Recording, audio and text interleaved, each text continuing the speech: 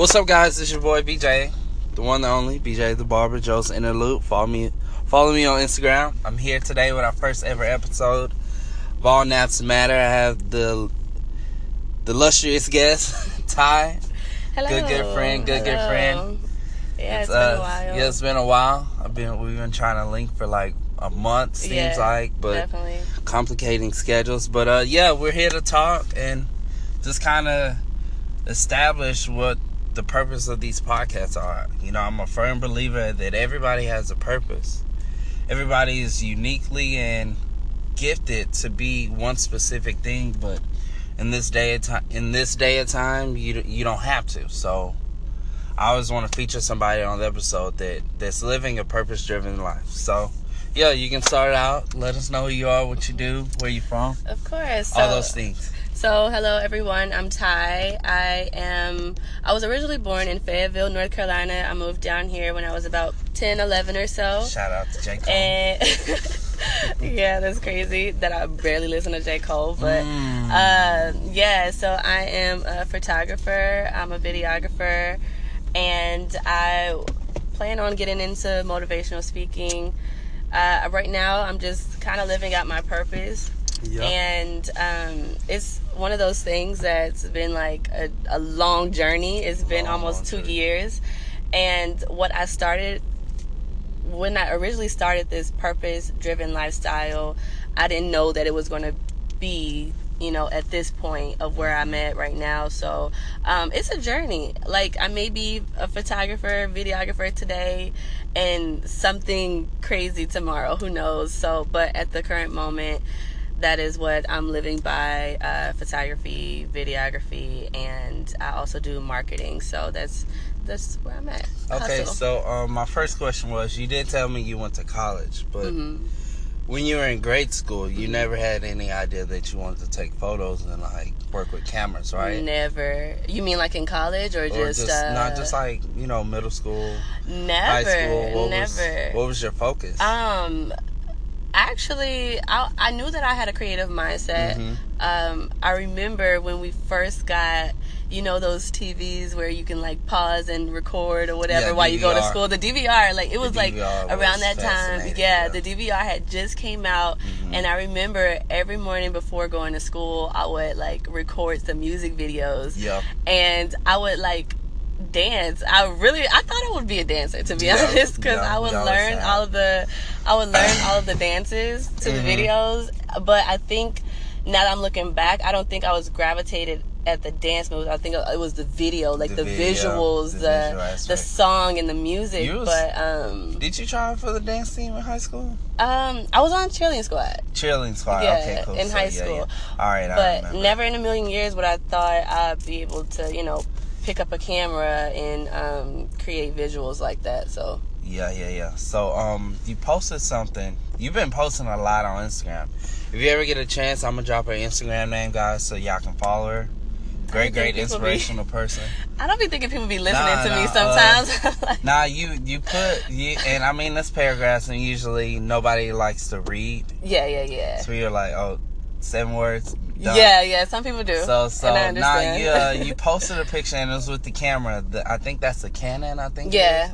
Yeah. I'm picking up a little bit on cameras too because I'm trying to make my pictures look good. You gotta learn it, yeah. But you said it's not the material, but it's really the set of eyes of the person. Yeah, definitely. Can you really expound on that? Because I caught it when you said it.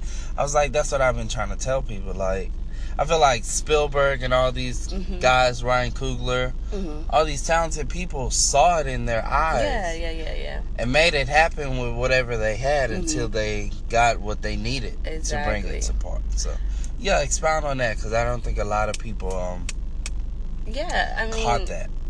Okay, like the first question that I normally get is, what lens do you use? Oh, that's dope.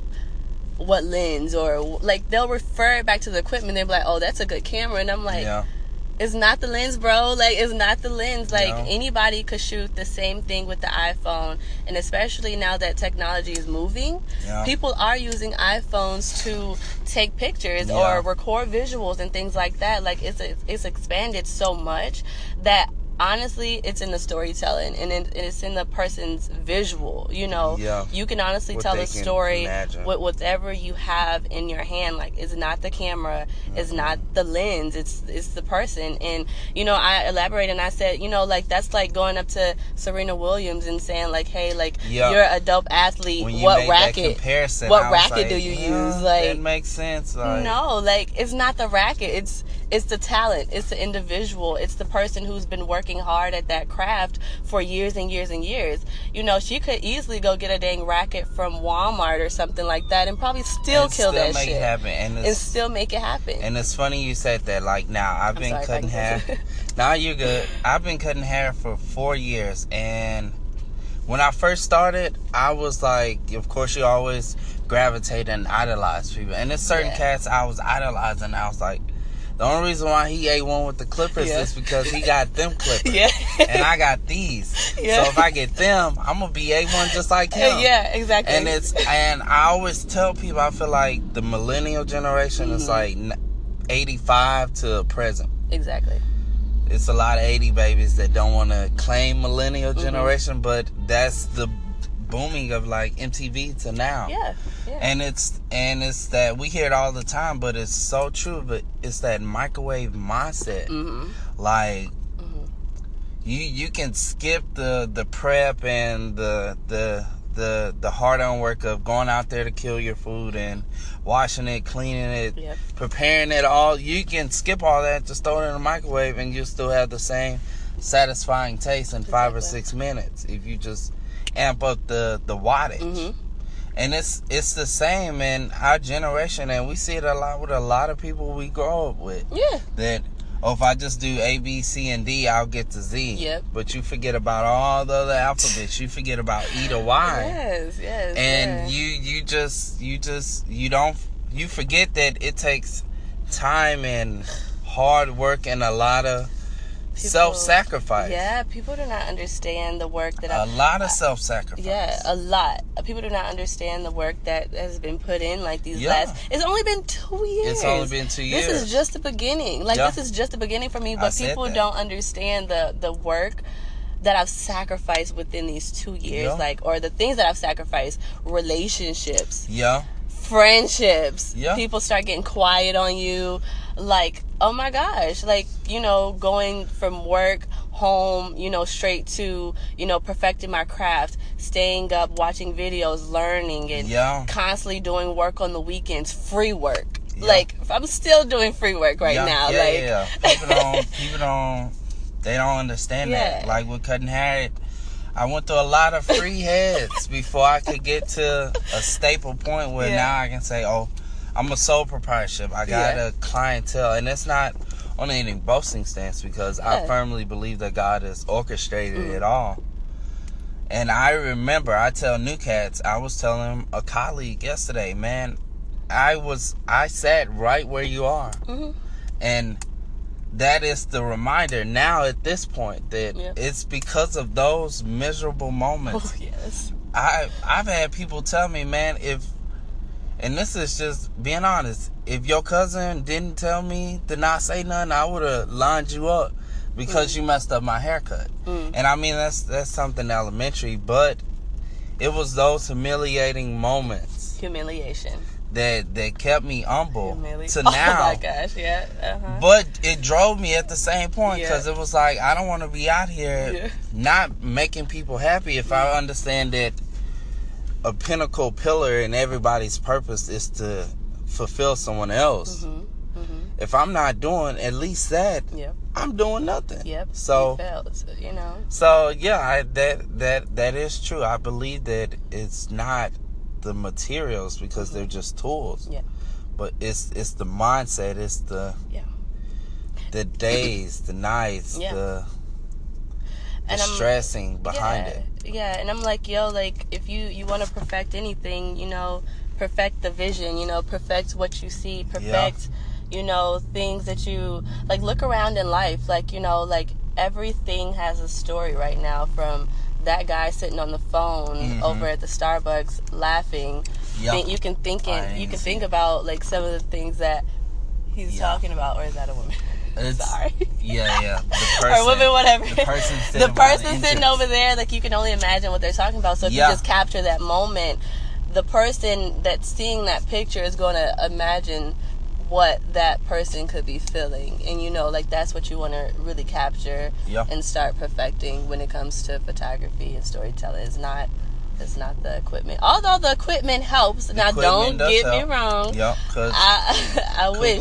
Fruitville Station you know, to Black Panther, there's a whole, like, transcendence. There's a whole elevation of equipment that brought the same story, but the key point was Coogler and who he brought in at the same time. So, you're all right. The equipment does play. It does. But it's like a 1% in the... or 10% in the 100% picture. Yeah, exactly. But like 70% has to be the being itself. And the innate talent. And I'm glad we're talking about that. I had a question, but I forgot. Okay, no, I didn't forget it. My question would be, do you feel that you can ever perfect a God-given talent? And then what is your definition on a gift?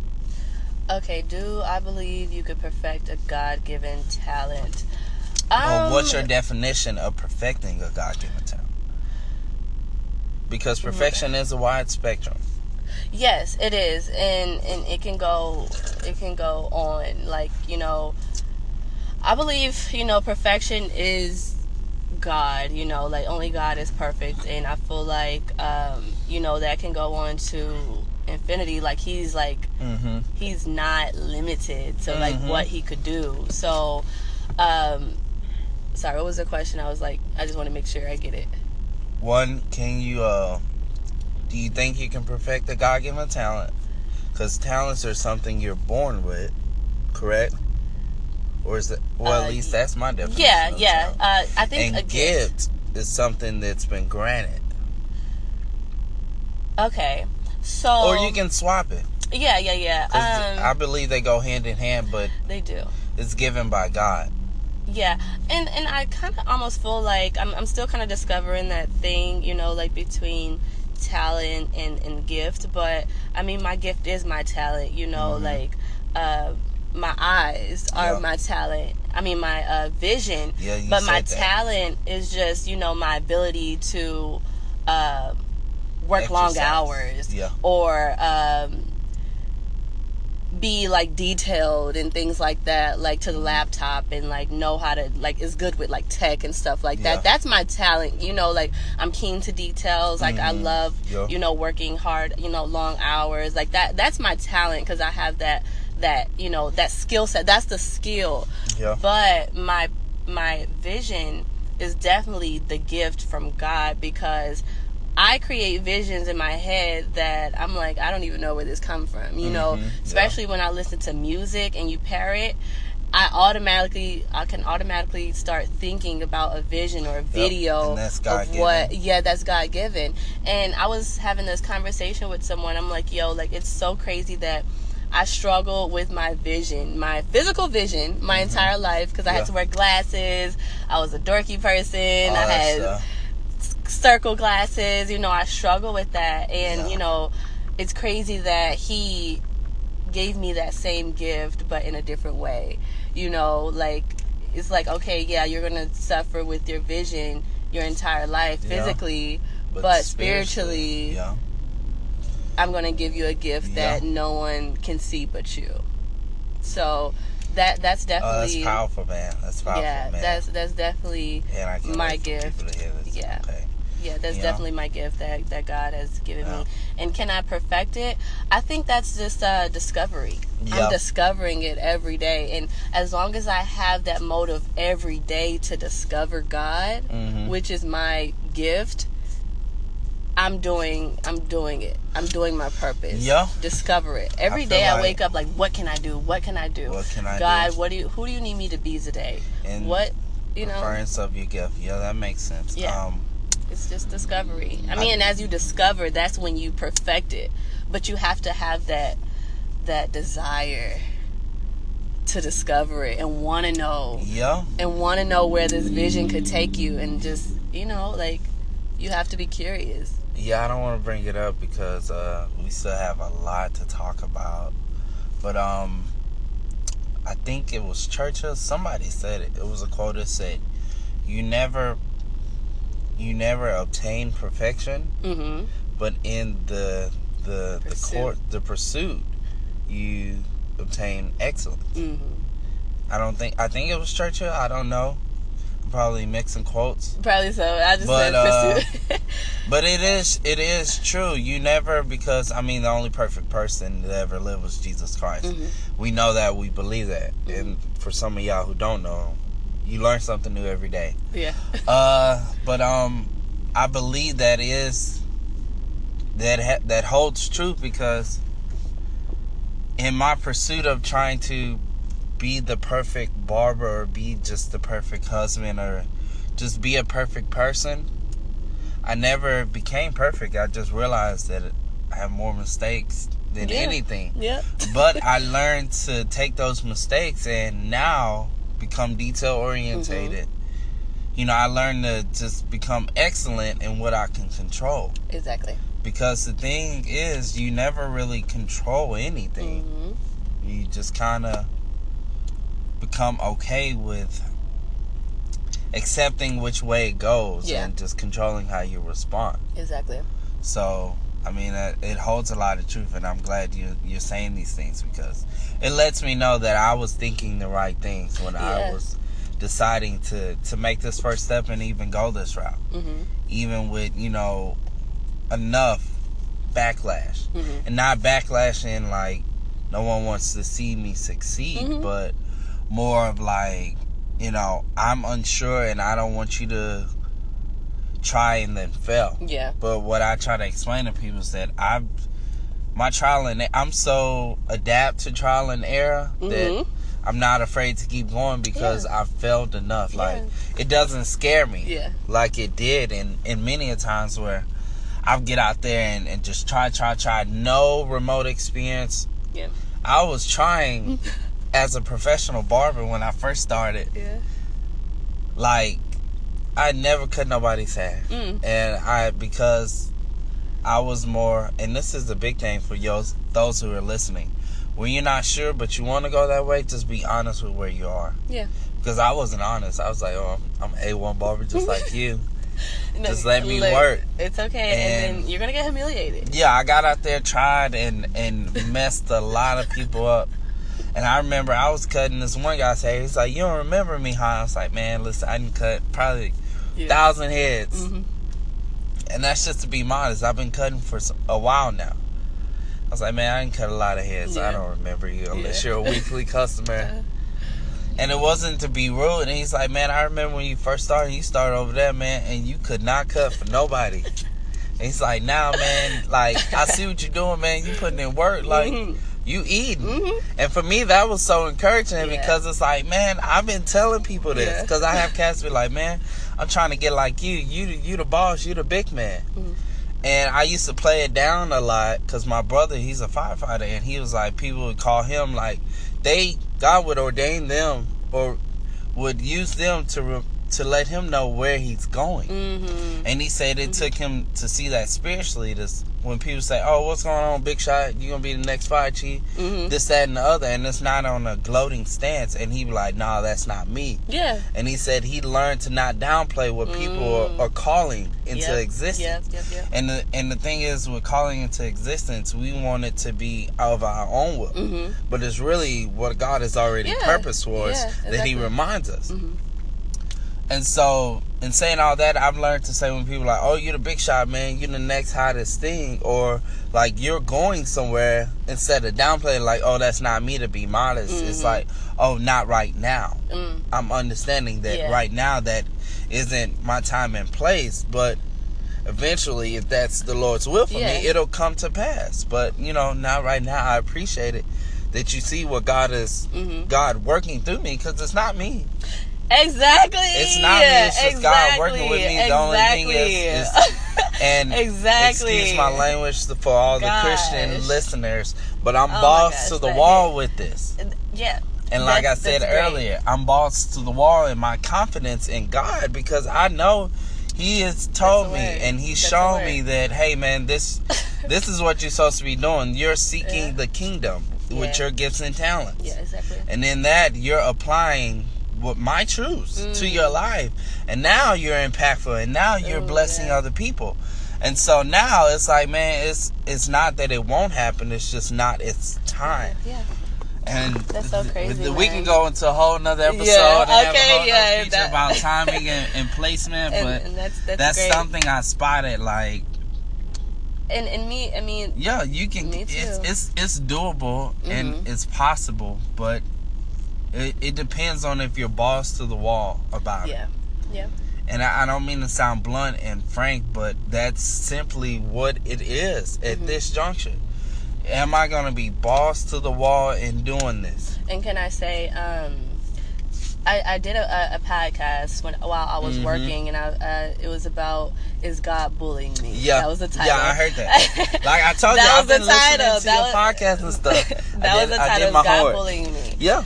Because everything that he has told me to do, I felt like I had to do it. Even when I questioned it, when I'm like, God, like, I don't want to give up this relationship, but I feel like you telling me to do it. I had to do it. Like, when he told me do this, do it. And I'm like, man, like, okay, you know what? I'm following you. I trust that you will lead me towards purpose. I have confidence in you, and I'm just gonna go. Yeah. Forget it. I don't understand. I don't get why. All of a sudden, I may have to leave this relationship. I'm not getting it, but it's in my heart, so that's what I'm going to do. Yeah. Like, that's what I'm going to do. Is God bullying me? And it wasn't to say, like, in a bad way. It was just a title to refer bullying to, like, when you... Like, I'm uncomfortable. Yeah. And if God is so good, why am I uncomfortable? Yeah. But what we miss is that many, and I mean, I'm not talking Bible, but I studied a study. Many people forget that that any religion or anything that you become a servant to, servant means it's going to be a lot of uncomfortable places. But you serve your master, and you rely and trust on your master enough to not let that uncomfortableness keep you from obeying. I said, this is not my life. Yeah. This is not mine. Like, I don't decide. Oh, we sing it at church all the time, and it sounds nice in the moment. Yeah, until you actually have to take action. Walk it. This is not my life. I don't choose where I'm gonna go. No. If I was to choose my life, I was supposed to be a nurse. That's what I was supposed to be doing. Like, I went to nursing school. I failed plenty times. That was my decision for my life. And then I realized, like, look, God told me, look, he was like, I ain't tell you to do that. I never not once said that. And I ain't tell you to do that. Man, my mom would always say, she was like, well, because I'd be like, oh, my mama go do this. She's like, did the Lord tell you to do that? What has God said? I'd be like, Mama, don't nobody want to hear God talk, because my mom was a minister. So I'd be like, Mama, don't nobody want to hear God talk. Like, I'm talking to my mother, not minister. So, like, and as your mother, this is what I'm telling you. But, you know, now at 25, I completely understand that. Understand it. It's easier to ask him who's freely, and he wants to give us everything we need to do to live our life. It's easier to ask him all the time, all day, what to do and how to do it, than to sit and play. You know, what was that old game on the computer? It's Minecraft? Or like the Minefield game? It's like the bunch of textiles, and you just click it till you find like a mine or something. Oh, like it's something with a text. This is what 90 people who didn't have internet can play games. Like, it was the basic game. You talking about Tetris or something? Nah, not Tetris. It was like a bunch of little icons, and you click on it. And it was like the other game you played besides watching the screensaver. I think I know what you're talking about, but I just can't remember. I can't find a game. But anyway, the basics, what I'm saying, it's like you don't want to play Russian roulette with your life. Exactly. Because, man, I found people who are like 55 and 60, and you hear it, and you be like, nah, that's not true. I found people who are like 55 and 60 who are now realizing, man, this is not what I want to do. Exactly. And I need to find out what is meant for me. And I'm like, my guy, you know, okay, Abraham started his life at 75. Moses started around 80, 90. So I'm not knocking you. But at the same time, it's like, I don't want to be that later on in life to realize that I've wasted all this time and it's brought me nothing but it hasn't brought me pure happiness. Exactly. It's brought me misery. And okay, now I'm gonna follow God and do what I'm supposed to. I'd rather figure that out now at 25. Do it now. So when I'm 50, I can instill in my children who will be my age, hey, this is what you're supposed to do, and this is what you ought to teach my grandchildren. Yep. So now we've broken generational cycles because everybody is purposeful living. Yep, exactly. And it's purpose driven. It's not just doing a bunch of things to see how it turns out. And the other thing about that is, like, I mean, I didn't automatically find photography, you know, like that was a discovery, you know. It led me, you know, once I finished nursing or whatever, once I figured like, okay, shit, this isn't really for me or whatever, I feel like I should be going somewhere else. I thought I was going to be like just a blogger or something like that. And so I discovered that. And then I'm like, oh, well, you know what? I kind of want to go and do a military. And I did like freaking, what's the military thing in college? P90X? No, ROTC. Oh, ROTC. And then I tried that for a little bit, and I just thought that's what I was going to be. And then it took me somewhere else, and it took me somewhere else, and it took me somewhere else. And that's why I'm just like, you know, like photography and videography is something that I'm pursuing right now.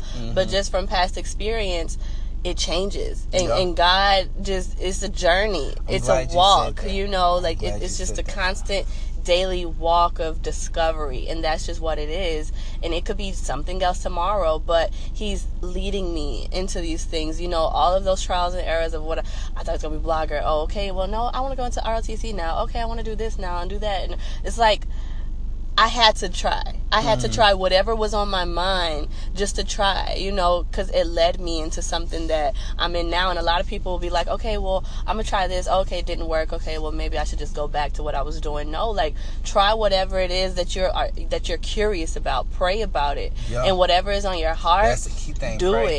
Do it, you know, and God is going to eventually lead you to where you need to be. He lines it up.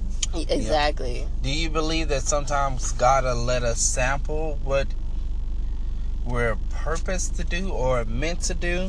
Yeah. But I guess, sample it, but with the wrong timing. Does that make sense? Like, I don't know. Like, I mean, I feel like that's God's work. That's a mystery that that's still full of like discovery. Yeah, I'm gonna find the right answer and we can I'm gonna find the right question how to answer it, and then we'll touch on it in another episode. Yeah, definitely. So it's just one of those things. Discovery, man. Discovery every day. Okay, before we wrap it up, because we're touching good time, man, and I'm excited about that. You did like I said, I'm always looking up your stuff. You did a video project about the boy in the woods. Oh, yeah. So touch on that. You expounded on it a little bit on your Instagram. And I mean, I didn't find it on your page, but I was looking on my phone. I didn't go on my computer. No worries. But expound on the boy in the woods, and because that was like one of your first real in-depth projects, and you had your model. And he was out there stripping and stuff, and I was thinking, you know, did anybody ever just see a naked dude like walking through the woods? Or they're thinking, you know, it's 2017, a lot of stuff we're open to a lot of stuff, but I know somebody was looking like, look at them, I know what is going on out there? Well, but just expound on that and so the emotions behind it and everything, and how you felt when you did it. Okay, so I had a vision. Well, actually, my friend Calvin, he's a model. He came to me. He just wanted some pictures. That's really just what it started off as. And he came over. It was like a rainy afternoon. I was like, you know what, Calvin? I'm very curious. There's this haunted house across the street in the woods. Have you ever been to the haunted trails? I'm not really a horror buff. Okay. You know what I'm saying? That stuff ain't real. Yeah, okay. And I'm not the type to figure it out. I think the only haunted thing I know in Houston is the thing off the Beltway. Oh, well, that's the haunted trail. It's like abandoned. It's like an abandoned building. No. That's Green World. That's Green World. Yeah. But there's another one in Houston called the Haunted Trails, and actually I live right across the street. Okay, I've heard of that. Okay, so I live right across the street, and it's just about that stuff. It's actually in the woods. You know, I guess this family-owned business kind of set up their equipment and stuff in the woods, and they have this every year. But it was off season. It was rainy. I'm like, you know what? I kind of want to just go and like peek across the woods and let's just take some photos. And when we went in there, like it just inspired me. And I'm like, you know what, we have to go back and shoot a video. So we went back like months later. And so I kind of wrote out the script or whatever. I was like, I really wanted to tell a story about a guy who was lost or whatever, who was trying to find his way through the woods. And, you know, the woods was just a resemblance of, you know, life, you know, just of things that you just don't know, like just a lot of chaos, just a community of different people, and just you're just lost, you know. And that's the story that I wanted to tell. So I started off the scene with him running, you know. And throughout the story, we kind of follow him throughout the woods, and as he's going throughout the woods and he's like kind of looking for himself and just seeking, you know, he just kind of starts to strip of his clothes. And that was just for me, like him stripping of his clothes was just kind of like giving up, like that sacrificing, you know, like that sacrificing him and his self to whatever it is, you know, that he's going through, that world. And like that's what I had in mind. When I finished the video and I watched it back, I cried. And it was like, because it was a story that it was a story that my soul was telling about myself. Because I was about to ask you that. I was like, so do you think that you were telling that story in a subliminal stance to resemble you, or was that just something for everybody to relate to? It was both. It was both. But I related to it so much, and that was my soul telling me that, because during that time I was going through a period where I was lost, you know, like, you know, my relationship was ending of, you know, 3 years. I was at a job that I didn't really like. I really was like miserable. I was just like seeking. You out here, you know, like I was just I was just seeking. I was lost, and I was just like, you know what? Like I was coming to that revelation of like, okay, God, like I'm here. Like I'm here. Take me as I am. Like I'm here. You know, like despair. Like I'm here. Like I can't do this alone now. Like take me as I am. Like so that was the story, the gist of it. Yeah, and I'm glad you said that, because I was gonna ask you one. The removing of articles was a symbolization as one you're letting go of, you know, worldly possessions or things that you thought you need. Okay, good. And not just that, but just letting I mean letting go of everything and allowing the world to see me. See you. See me. I was about to say that. I'm glad you said that. In purity, in self, and you know, like, I mean, and I've been on this journey. If you go back in my Instagram, you would see me like as this like dressed up tie, button ups, purse, because that was the thing I wanted to portray to the world. That's what society tells us, is that we need to if we put on makeup, if we put on things like, oh, we get these tattoos, then the world accepts us more, instead of just being who we uniquely are and being unapologetic about it. That's not something that's talked about in this realm. When I say this realm, I mean common folks like you and me, regular people who've had 9 to 5 and just said, you know what, I'll step away from that. Exactly. And see what because this 9 to 5 is a headache. And I can't do this for 30 more years and say this is all right, because this can't be what life is. So I'm glad you said that, because like for me, I've been to that point where I'm like, you know what, when I first started cutting hair, I was at the end of my rope I was in a relationship for 1.5 years with this girl. It was something serious. I was ready to take that leap into marriage, because I believe, you know, I'm a firm believer that everybody's meant to be married, or, you know, everybody has somebody. It's somebody for someone. So I was at that point, I was like, you know what, I don't want to be 30. I want to find who I'm supposed to right now. All these things. I was at the end of the rope with, like, I'm gifted to be a musician. I could play in my sleep. But I went to school to pursue music, and I wasn't happy about it. I was more like, you're telling me things I already know, and this is not what I want to do. Like, it's not working out. So I was getting to the point where I was getting rid of all this stuff. My mom said, go cut hair. You'll be a barber. You know, this will work out for you. Mm-hmm. She didn't say this was your final destination, but this will work out for you. And so I was at that point where I was getting rid of things that wasn't working and really like said, all right, this is me. I don't know if this will work out, but I'm going to go balls to the wall. Mm-hmm. And I really didn't. I didn't go balls to the wall as of recent. Yeah.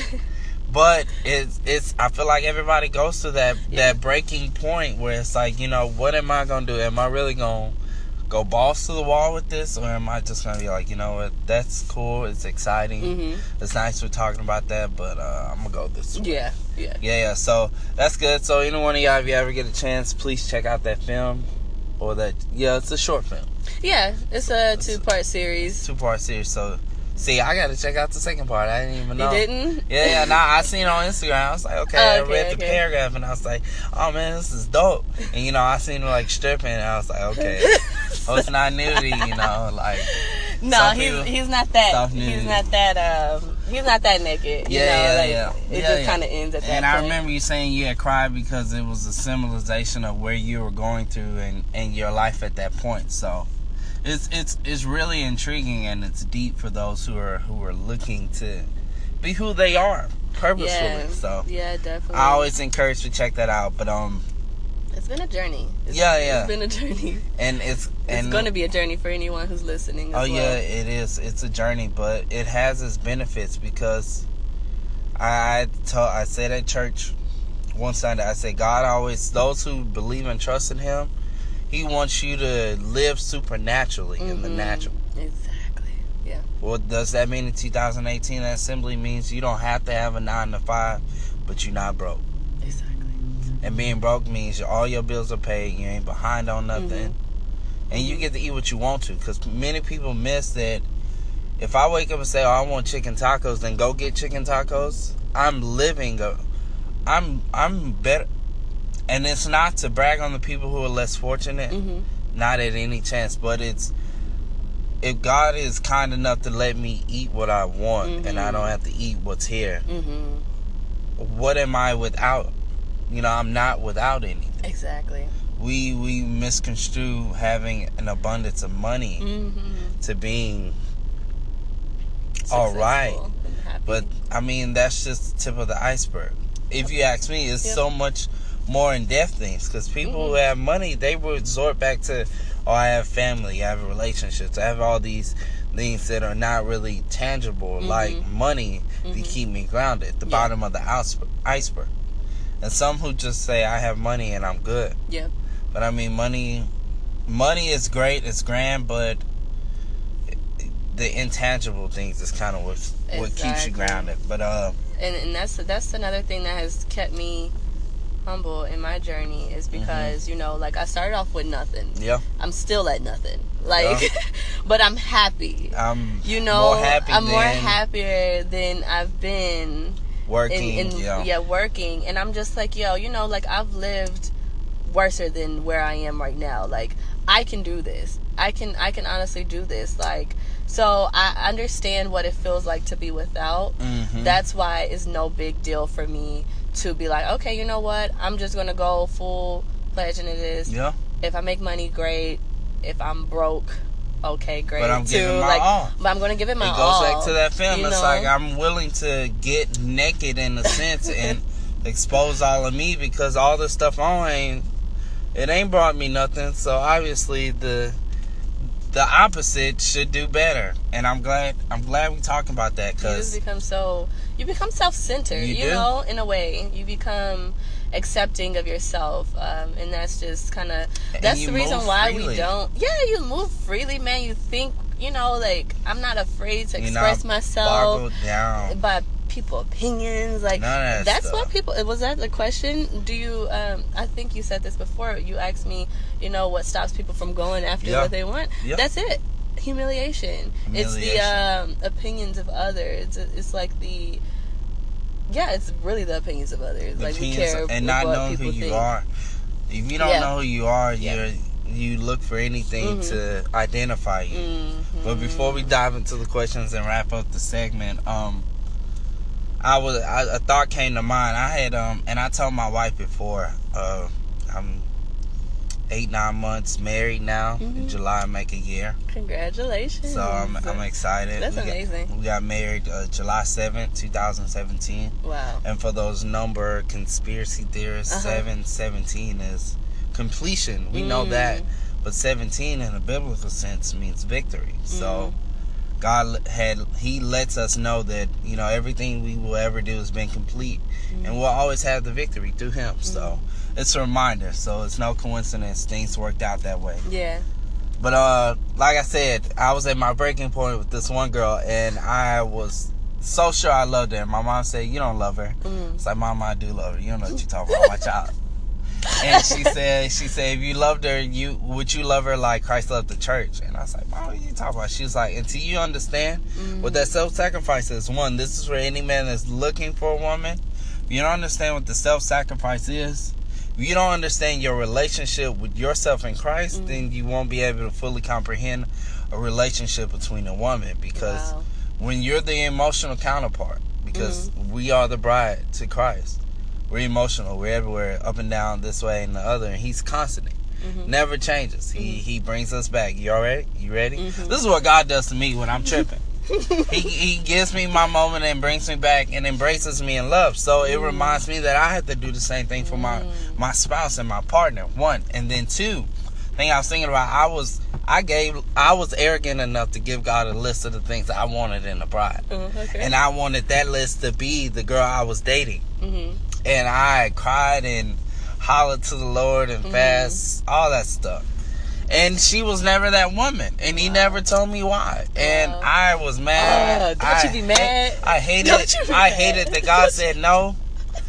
And then 2-3 years later, it made full circle. And everything I prayed for that I thought I wanted in that girl, I found easily in my wife. Wow.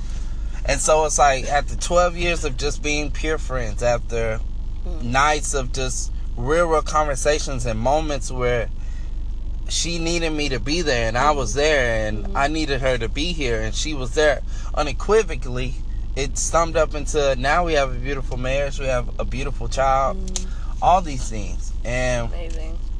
It's because I gave myself to God in like every area of my life.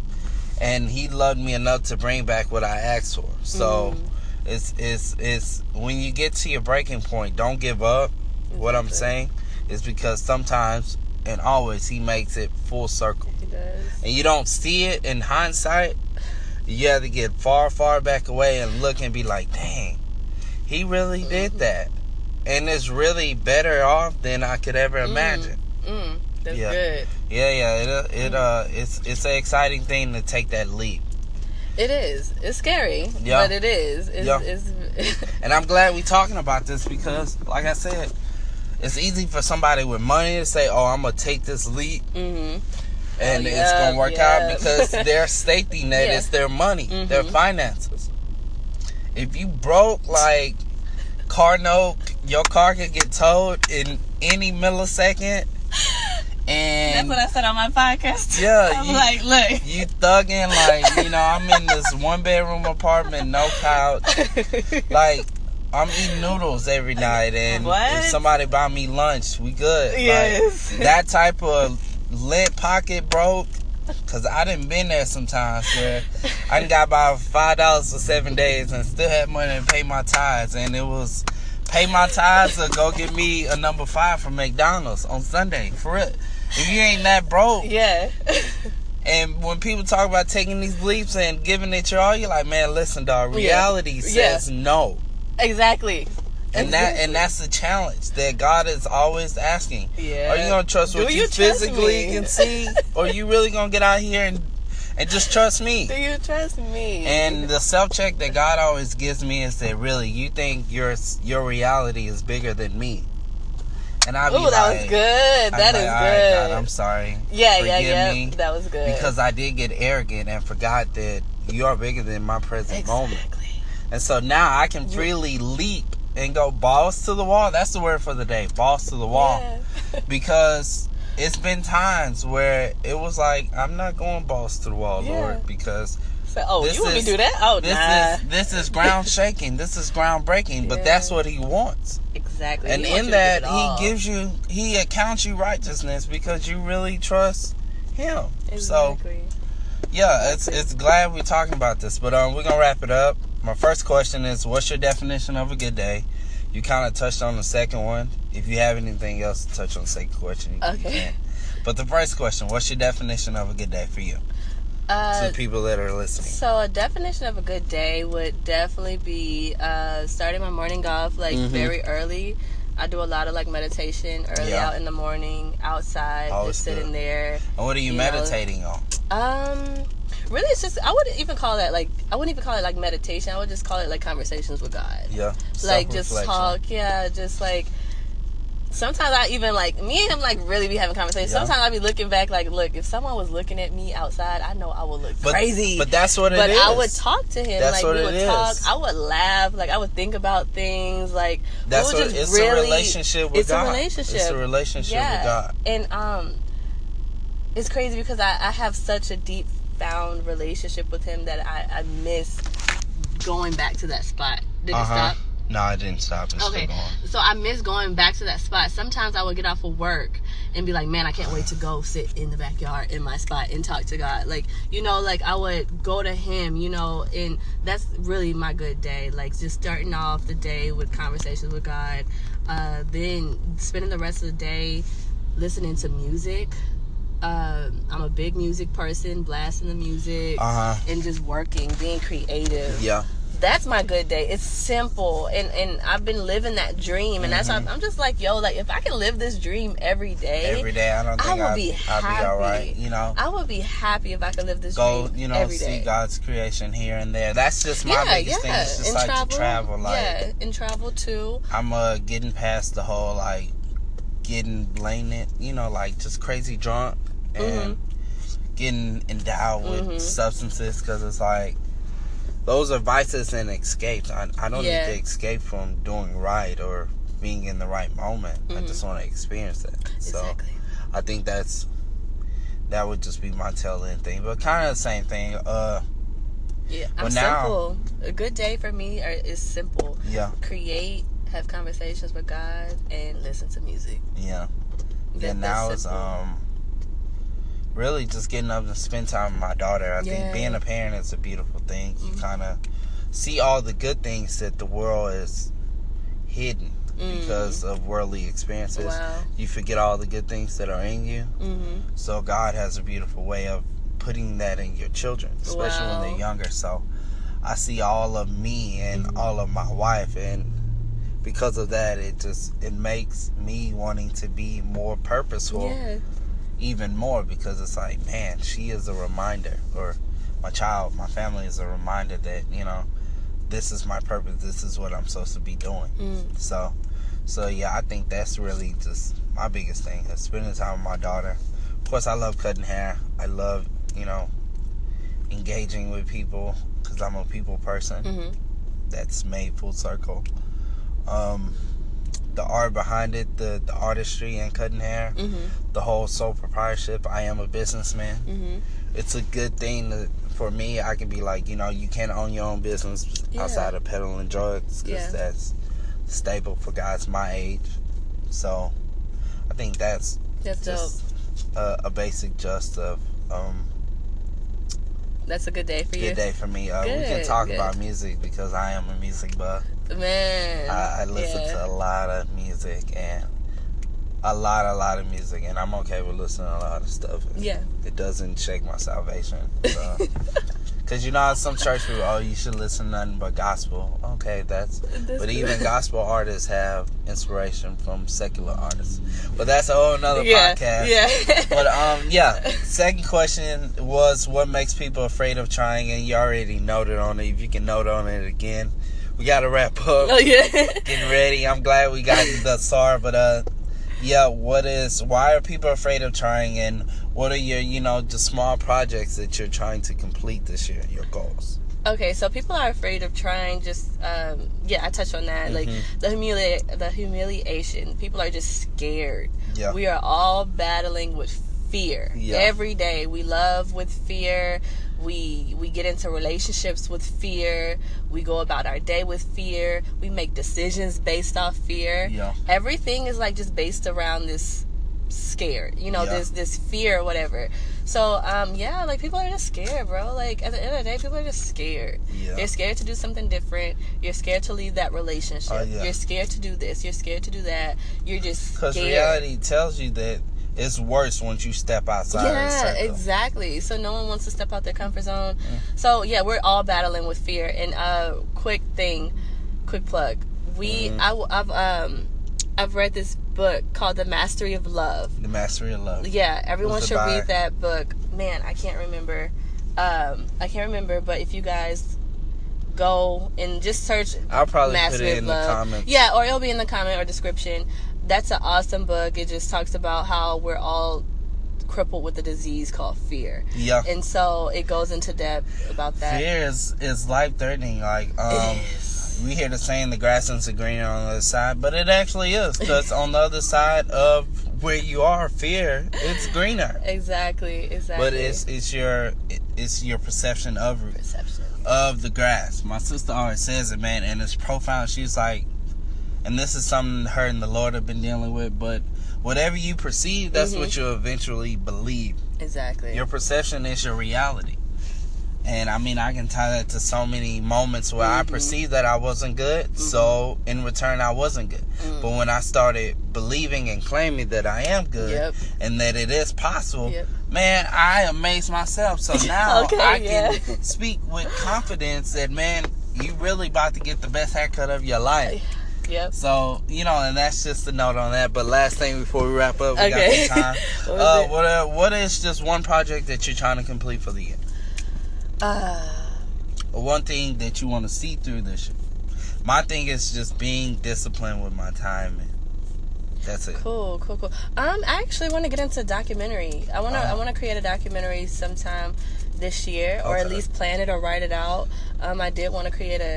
I've had this idea to create a documentary on discovering hip-hop. Okay. Hip-hop was something that, like, I was never allowed to listen to. As I stated in the beginning, like, I don't really listen to J. Cole. Yeah, even though you're from Fayetteville. Yeah, even though I'm from Fayetteville. Yeah, and not hard. to say that he's a bad artist. It's just because, like, my mom thought that was devil music, like, but I see how, hip-hop has impacted the culture. Art in the mindset as well. So I do want to impact more people, and I feel like hip hop is an avenue that I need to discover to kind of get into the minds of more people my age to be able to deliver my gift in that sense.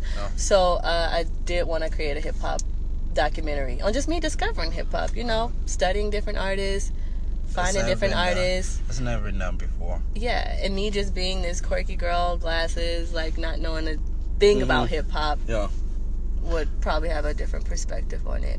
Okay, so, that's good.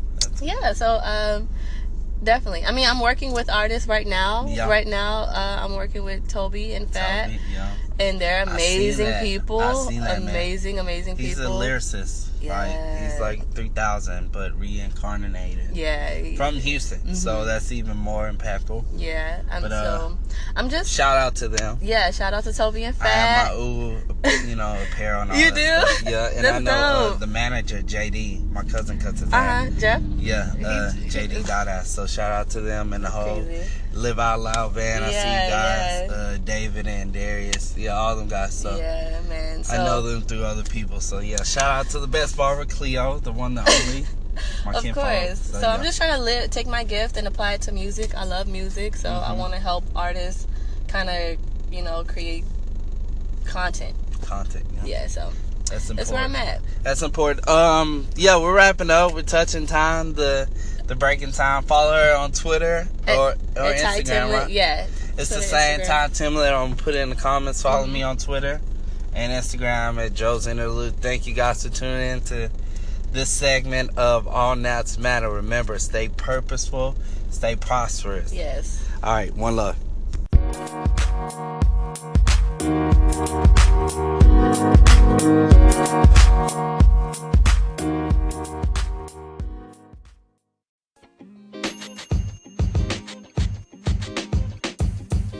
podcast you just heard was recorded with Anchor. If you want to make your own, download the Android or iOS app completely free from anchor.fm/podcast. That's anchor.fm/podcast.